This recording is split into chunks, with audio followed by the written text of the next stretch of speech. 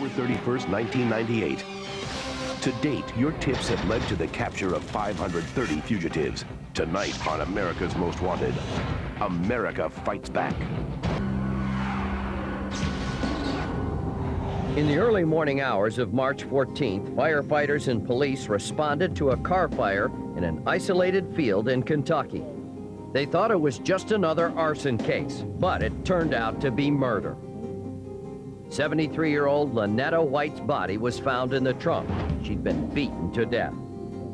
Police went to her home. They found the scene of the crime. But who would kill a defenseless old woman, and why? Police soon focused their investigation on a family friend, Virginia Caudill, and her associate, Jonathan Goforth. Cops say the two were in an accident in Goforth's pickup truck. And guess what cops found inside? Fibers from the victim's mink coat. Caudill was charged with a murder. Goforth is a suspect. Both have disappeared. Police believe the duo took off together but then split up. A few days after they disappeared, Goforth's rental car was found right here in New Orleans. Here are 3 good clues. Virginia Caudill sometimes dyes her hair blonde. Police believe she was trying to get to Florida. And they say she's a heavy drug user who may be working as a prostitute to support her habit. Let's bring Caudill and Goforth back home together one last time.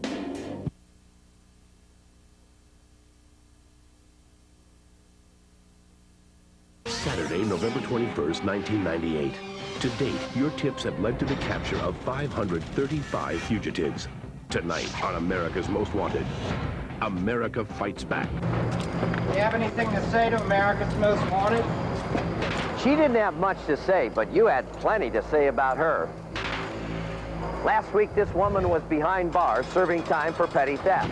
She was there under an alias, but your tip told police who she really was. Accused murderer Virginia Caudill. We've been looking for her. She was charged with beating a 73-year-old woman to death, then burning her body. Now that you've got her number, it's time to find this man, Jonathan Goforth, wanted for questioning in the same case. Let's go get him. It's time for the manhunt to begin. Warning. The podcast you're about to listen to may contain graphic descriptions of violent assaults, murder, and adult language. Listener discretion is advised. Welcome to the Murder Police Podcast, catching killers with America's Most Wanted.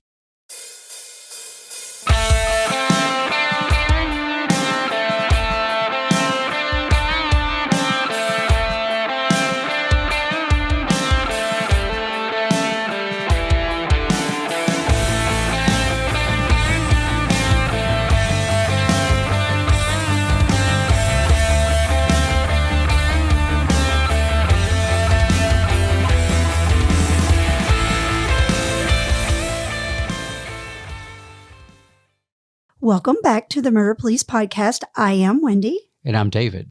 Well, David, today we are going to talk about what it's like to catch killers while using America's Most Wanted. And I understand several years back, we won't tell how many, you actually utilized America's Most Wanted and John Walsh, the host, to try to catch a couple of suspects. Is that right? It is. I got to thinking that it was a pretty unique experience, and I know it was one of the most popular TV shows ever produced. It's a little iffy if it'll be back this year. It's come and gone a few times. But we used it on a few cases at work, and I definitely used it on the case we're going to talk about a little bit about today.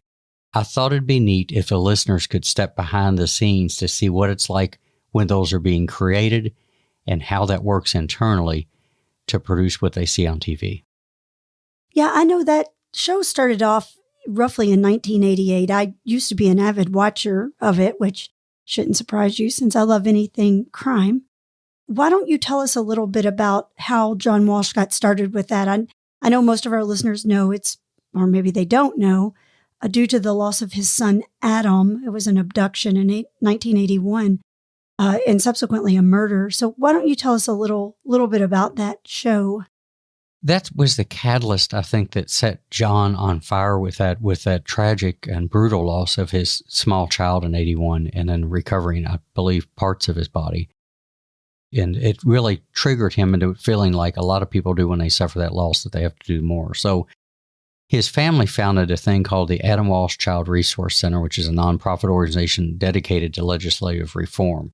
One of the things they looked at back early in 81 was how quickly missing person children investigations are started. When are they put in the National Crime Information or NCIC system? And to try to get better legislation across the states to serve families of these missing people better. Now, that eventually merged with what we know as the National Center for Missing and Exploited Children, NCMEC, and John Walsh actually serves on the board of directors, or the last time I looked, he was on the board of directors, so it combined in there. The show has been on and off the air up until this year of 2021 and 2022. It could go back on this year without John, but it's still in limbo. Nobody, the last I looked today on the internet, they're not too sure if it's going to renew or not. What's neat is that when I got to get with the production staff, they talked about its wild popularity. At one time, it even overshadowed The Simpsons TV show, which is quite a feat back then. They told me that it was probably one of the most expensive non-money-making shows that they produced at the Fox Media Network because you can't really put it into reruns. Everything is so timely based on, here's some people that are wanted this week, let's go get them. So it had no rerun residual value to them. Every time they tried to drop it over the years, the public backlash was so big they brought it back alive. It was just, again, wildly popular. Yeah, and I think that is really before true crime even started. I mean, back in 88. You know, and I always thought what was so unique about that show is that because it was live and pretty current, just the whole nation getting together, because you know somebody always knows something. So if they just reach out and call that tip line, you know, hopefully someone who's wanted, most likely a killer, is caught. Yeah, I'm certainly hoping it comes back on because it seems like there were a lot of people apprehended because of that show. I agree. It created a synergy and a momentum of its own to where, for unlike these days, there was a genuine interest in let's go get the bad guys and bring them to justice and bring justice to those surviving victim families. It was pretty unique. Well, and I think, like you said, these days, unfortunately, a lot of people know who is committing murders or they've seen it, and nobody ever wants to say anything. It's kind of this, let's keep it secret. I know who did it, but I'm not going to tell. And, you know, and that may be all well and fine when it's somebody not close to you, but I assure you when it's one of your own, you want that suspect apprehended. Absolutely. That's a huge problem that's hampering investigations across the country right now. Well, I know this case that you covered is one that back in our early dating days we talked about, and I've been begging you for years to talk about this publicly, and more so since we've begun this podcast. And I know we're not going to dive into it a lot today, but why don't you tell our listeners about this 1998 murder that you covered, that you reached out to America's Most Wanted for? Yeah, eventually I think we're going to cover it. We have to do it pretty carefully, and it's a very complex, deep case. And when you see what ended up happening to the suspect, you'll understand why. But we're going to have to piece that together pretty carefully if we decide to do it. You're right. This case was the 1998 murder of a Lexington resident named Lonetta White. She was 73 years old. And the gist of it is that year we got a call from the fire department at around 3 in the morning in a rural area in Fayette County, which is Lexington. A car was on fire. In the process of them extinguishing that fire, when they popped the trunk, there was a body in it. And not to go into too much detail, but within the first several hours, the car was traced back to an address, which was where Lonetta White lived, and a crime scene was discovered there, a very brutal, very violent crime scene. And she was ultimately identified as the victim in that car. And just to let you know, the autopsy revealed the death was due to multiple blows to her head, likely with some kind of a hammer or some kind of instrument like that. What's interesting is within that first 48 hours is we started to get really good tip information from the streets and from informants about somebody or some people that would be involved. And that's where this went, is that when we started to be able to focus on them and get probable cause for warrants, you're going to hear real quick why we had to use America's Most Wanted. And again, the cool thing is I'm going to tell you what it's like to work with that production crew and what's really going on. So we know that, or I know that subsequently these two suspects were arrested. Can you tell us who they were? Well, the first person we started getting information on was a woman that lived here in Lexington named Virginia Caudill. And eventually, through interviews, an interview with her actually too, we named a second co-defendant with a friend of hers, and actually they were drug-using buddies more than anything else, named Jonathan Heavy Goforth, and he was also from the Lexington area. The thing is, they weren't arrested for murder early on. There just wasn't enough evidence to begin with when we did that. And this is where it gets frustrating in this business, is that I remember we located Virginia within that first 48 hours and picked her up on a misdemeanor warrant that was out of Fayette County. Not a big deal. She was interviewed, taken to jail, and bonded out quickly. Now, in the interview, again, not a whole lot of detail, but in the interview, she denied anything to do with Lonetta's death, but she also gave us a lot of information that advanced the case, even though she didn't mean to. We've always talked, and all the other detectives talk about, if you're not going to tell me the truth, I want you to lie real big, and we won't go into that, but it advanced it. The tricky part was in that even though you strongly suspected that, and at that time we were having potential physical evidence arrive that was amazing, you just didn't have enough to hold her for murder. That's a frustrating job, but again, we've talked before, we have this thing called the Constitution, and we have to play inside the coloring lines in the coloring book. They weren't arrested right away, and certainly she was actually in our presence for a while till we transported her to the jail and she bonded out on a misdemeanor warrant. So you let her go despite your suspicions Yeah, that we she had was to, involved. yeah. Strong suspicions. I mean, there was a lot of things circumstantially trying to form up, but it wasn't enough. There wasn't enough direct witness statements or good confirmed physical evidence, although the evidence that we were getting really looked hopeful. And so we did. We just had to. It's hard to do, but it's part of doing this job. Now, with Jonathan, you said you called him Heavy. Had Virginia told you about Jonathan's involvement, or did other people tell you about this guy, and why was he called Heavy? Well, yeah, Heavy, he wasn't. I mean, he was fit. I mean, nothing heavy. I guess that's just something from his childhood or friends or something called him that. That's what he was known as. Now, you asked a good question, is yes. I usually do. Yeah, exactly. Yes, on both counts, is that during her interview, she indicated being with him, but at about the same time, and we've talked before how there's a huge team of people out there doing interviews, at about the same time we were interviewing her, some of our street sources and informants were talking about him too. That's where we started picking that name up. Now, with him, once we got his name and tried to locate him, we just wanted to knock out an interview because we felt strongly about her. And at that time, he was definitely a potential person of interest, but we were staying open-minded because this is an association at this time, and we were feeling it out. I remember trying to find him. Our informants were trying to find him. I remember going to a home where he lived with a woman, and she hadn't seen him in a couple of days. And I left a business card with, this is dating myself, my pager number. Why don't you tell our listeners what that is? Well, I'll let them Google it. We'll just let them do some independent research on a pager, but that's also just how much of an antique I am. But regardless, what happened is eventually, and there's much more to that story that we won't dig into today, but eventually I get a phone call from him. And he actually agrees. He's super cooperative on the phone. Sounds like a nice guy. He agrees that you tell me the date and the time and I'll come down and we'll knock out an interview. He's willing to do that. Great. We set up a time. We set up a date. And probably just a few minutes after he was supposed to be there, I get one more phone call from him, from a payphone. And he assures me, I'm on my way. I just had to stop at an ATM. I think maybe even he might have mentioned something to pay his lawyer. But hey, I'm late, but I'll be there. I bet he lied, didn't he? A teensy bit, because I never saw him after that. He was in the wind. That's just happens sometimes, is that he came off really good. And of course, in that moment, that's what you're left with. That's the device you're using and the tool, because we couldn't go see him personally to invite him down. So the phone was always had, and he hit the wind after that. So I'm guessing because there was not an arrest on either of these two, that is why America's Most Wanted got involved. Is that the case?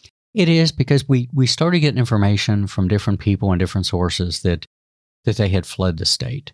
There was information in some sources saying they were definitely headed south. We didn't hear anything north. And for example, I think there was some information that we got a call one day of the secretarial staff in Bureau of Investigation took a call from somebody that said that Virginia was on her way to Florida. Going on the run like that, our information sources, again, our street resources, our informants, we're really trying to locate them for her. As a matter of fact, the first time we got to talk to Virginia was because of a information source that located her. We weren't having any luck. What's going on at the same time is that evidence is starting to be evaluated and analyzed. More witness statements of people that spoke to them or saw them in different places are coming together. The follow-ups from Virginia's information is tightening those two together. At some point, we actually started to recover some of the things that were actually taken from Lonetta's home, and we could put them into possession, example, for Jonathan Goforth. So the case started to really go from maybe to feel strongly till we got to the point where we had probable cause to go get many different arrest warrants, but of course the primary one is murder. We had enough probable cause on that. Tons of evidence. I remember speaking to the victim's adult son one time and telling him that, physical evidence in homicide cases is really not as common as people make it out to be in the movies. A lot of it's circumstantial. A lot of it is people saying and witness statements. This case had things coming out of the woodwork that were fascinating. Forensic evidence, physical evidence, stolen property, hair, fiber, all of that was coming together. So what happens? They're on the road. We can't find them, but we finally get enough to do these warrants, which means we can put them in the National Crime Information Center, NCIC computer, as wanted, which is the big net at that point. So if they're encountered by law enforcement can serve those warrants and we can get them in custody. We really needed something to help. So that's when I thought about using America's Most Wanted. I'm assuming it's not just that easy, because if that's the case, everyone with a cold case murder or crime would reach out to America's Most Wanted. How did you entice John Walsh to take your case on? Well, and you made a good point. Actually, if you have a cold case, unsolved murder, America's Most Wanted has nothing to do with it. It's most wanted. Keep that in mind. Now, the first exposure I had is when I got to the unit, is they did run one unsolved, and this was so rare for them to do, but it was the murder of Trent DeGiro here in Lexington. And the listeners can go back and listen to that fantastic series. Yes, we covered that as well. Yeah, but the thing is that I remember when they did that, Detective Don Evans was the person that contacted our production team, and something about that spoke to them. They flew in a crew. I went over to Woodland Avenue where he was murdered one night. They had the streets shut off. It was a huge production set with actors and things like that. Don hooked me up with the production crew, and I pitched the case to them. And fortunately, one of the producers I got hold of looked at it and said, yes. Now, are they picky? Yeah, I'll tell you what, here's the trick with it. And this is something that people get frustrated with today on transparency and what they think they all know about a case. Investigations, particularly murder investigations, things are held very closely to the chest by the investigators because they have to be for the integrity of the case and fair trial issues. When you work with America's Most Wanted, they want to make sure that everything you're talking about is verifiable. They don't want to step into a mess of things that aren't sure. For example, you're going to have warrants on people and they're going to have to be entered. But another thing you have to do that I wasn't aware of is that they have to entertain the audience. And I don't mean that in a cheap way, but the audience, like anybody else, is like you said, I think this was one of the starts of the true crime fad, have to find this interesting. So here's the deal. When you present, you have to give them enough material and enough detail, including visuals sometimes, to be able to make this interesting and to grasp people's attention. So there's a tightrope you walk on. What do I release and what do I don't? And what you're doing is it's a risk versus rewards equation, to where if I really believe I've got a shot at getting these two violent people in custody and bringing them to justice, then just in this case, I'll release a little video out of the house. I'll release a couple pictures because, and I know we both never really see that on an open case. That's probably the trickiest part with working with them, is you have to make that risk versus reward with the Commonwealth Attorney, with the police department. These are the things you can have. And that seals the deal for them if they can get enough things to keep the interest of the viewer. Before we move on to how that progressed, I feel like we need to give Officer Don Evans, who's retired, a shout out. I think he's pretty awesome. I know you all used to give him a hard time. So what does America's Most Wanted do at that point? At that point, you start working with them on submitting the information. They'll have qualifying questions. They'll want a little more detail. It's more of and then we get back to that negotiation of how much they can have and what they need. They're not over demanding. They understand the importance of a case, so they don't really kill you for that. But so what happens is you start sending them case summaries.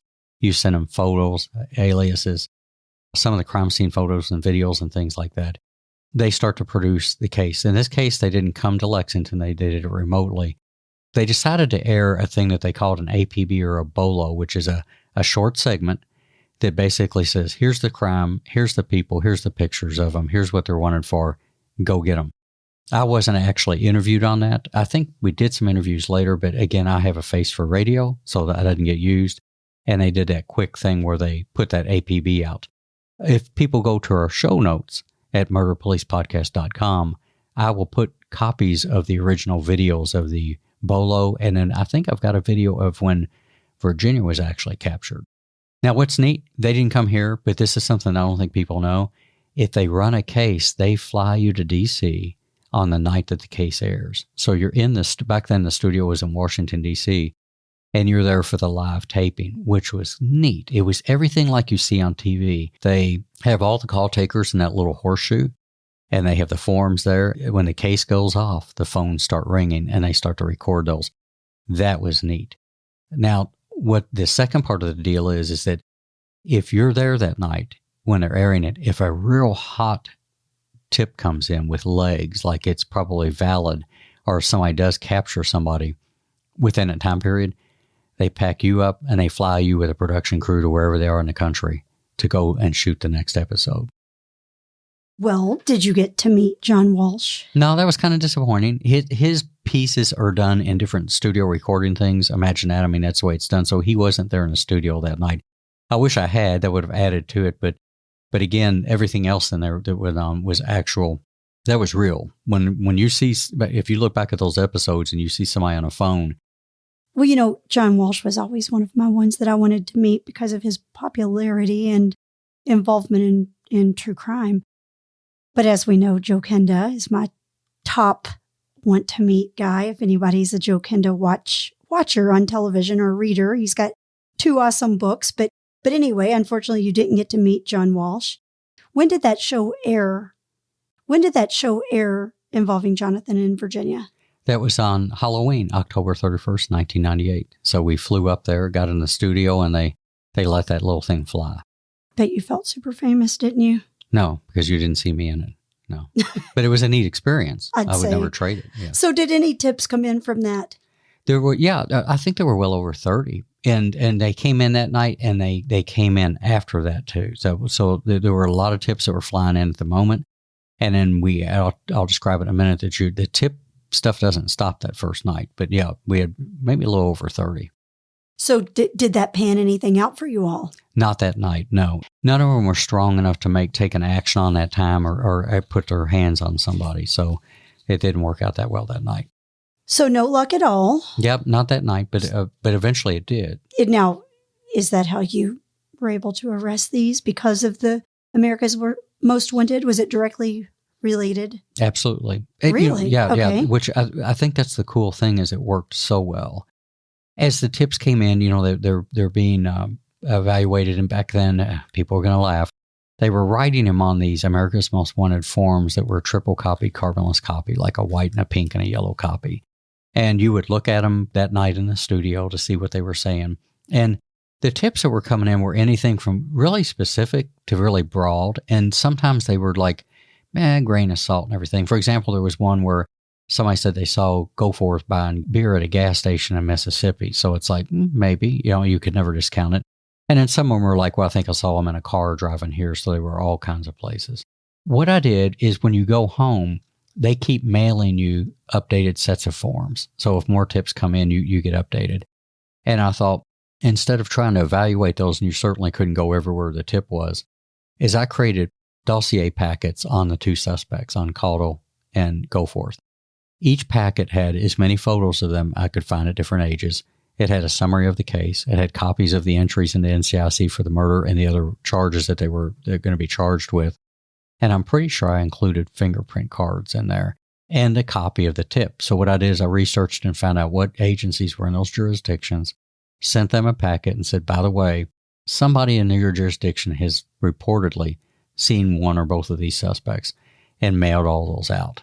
That was a pretty neat process. Well, I have to ask, was Jonathan really in Mississippi, or was that just a lead that didn't go anywhere? Well, it worked out because the whole thing, it did work. So what would happen is, for example, the following month in November, the first person that was identified was Caudill, Virginia. There was a tip of somebody that said they were an inmate in a New Orleans parish prison and that she was in there. And I think they even said that she was going by the alias of Kelly Lyons, which I was flattered that she was using my name. I don't know if that was related to how she felt about me when we last talked or not, but that she was in there. So what happened is a jail guard called me and said she fessed up to being who she is. He walked in, held up the picture that I'd sent her, dropped her eyes and said, yeah, that's me.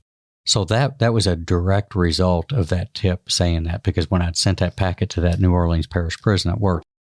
What was interesting, she had been in jail there and got out and was back in. And even though her prints and everything were in NCIC, she wasn't identified the first time through. So it was a stroke of luck. She was in there for like shoplifting or something. Well, that's why I was asking about the gas station in Mississippi, because if anybody Googles Jonathan, I mean, he could look like a number of people. I mean, if you saw somebody buying beer, there's really not any identifying things on him that makes you think that's definitely Jonathan Goforth. That's why I put a broad net, because my feeling was, I don't think anybody can like pick him out of a phone lineup. But and you're right, he's not remarkable, or most of us aren't remarkable in any way, but the idea is that if it's possible, then you put that at, and it was an awareness tool. And it worked, like I said, with Virginia, because we flew down and interviewed her.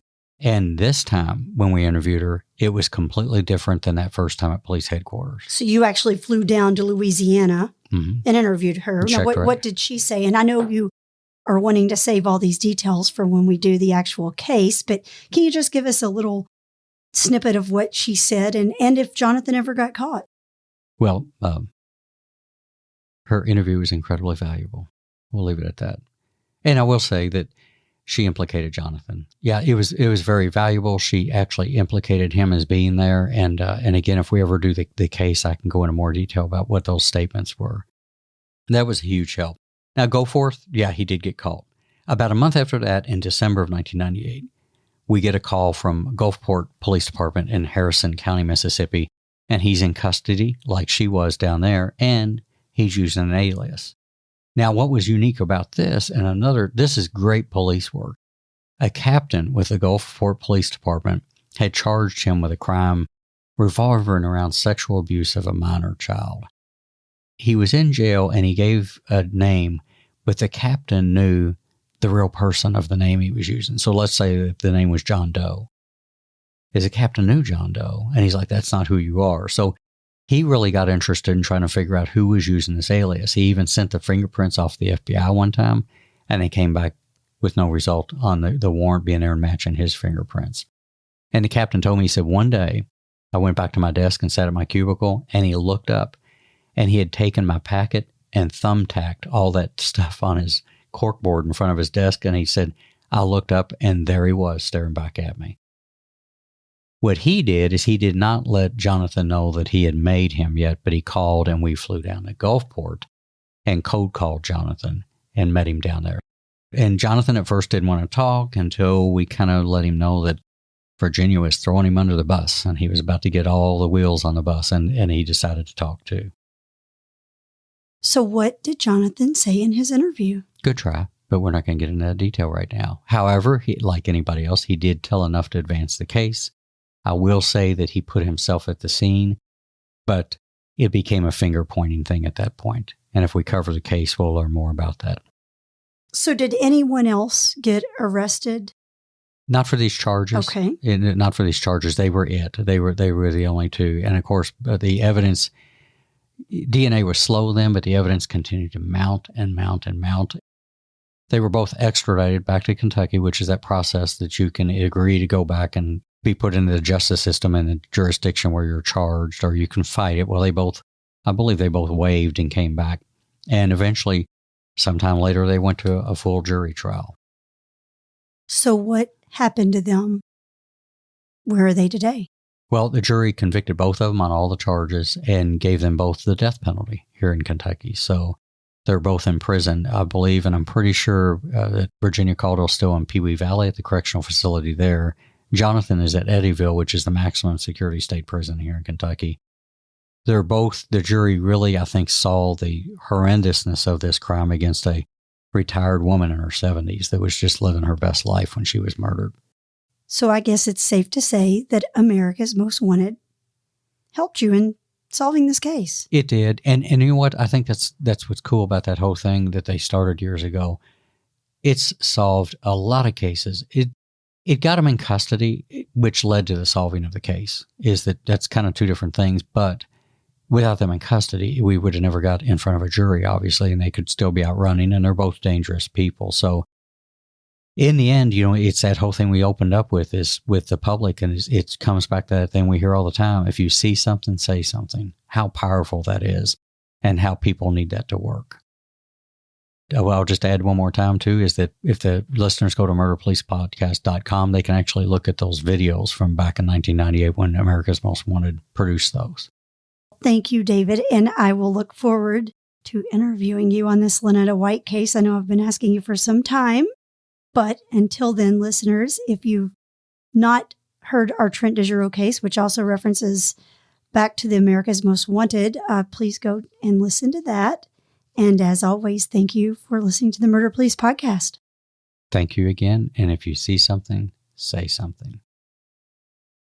The Murder Police Podcast is hosted by Wendy and David Lyons and was created to honor the lives of crime victims so their names are never forgotten. It is produced, recorded, and edited by David Lyons. The Murder Police Podcast can be found on your favorite Apple or Android podcast platform, as well as at murderpolicepodcast.com, where you will find show notes, transcripts, information about the presenters, and much, much more. We are also on Facebook, Instagram, and YouTube, which is closed captions for those that are hearing impaired. Just search for the Murder Police Podcast and you will find us. If you've enjoyed this podcast, please subscribe for more and give us 5 stars and a written review on Apple Podcasts or wherever you download your podcast from. Make sure to subscribe to the Murder Police Podcast and set your player to automatically download new episodes so you get the new ones as soon as they drop. And please tell your friends. Lock it down, Judy.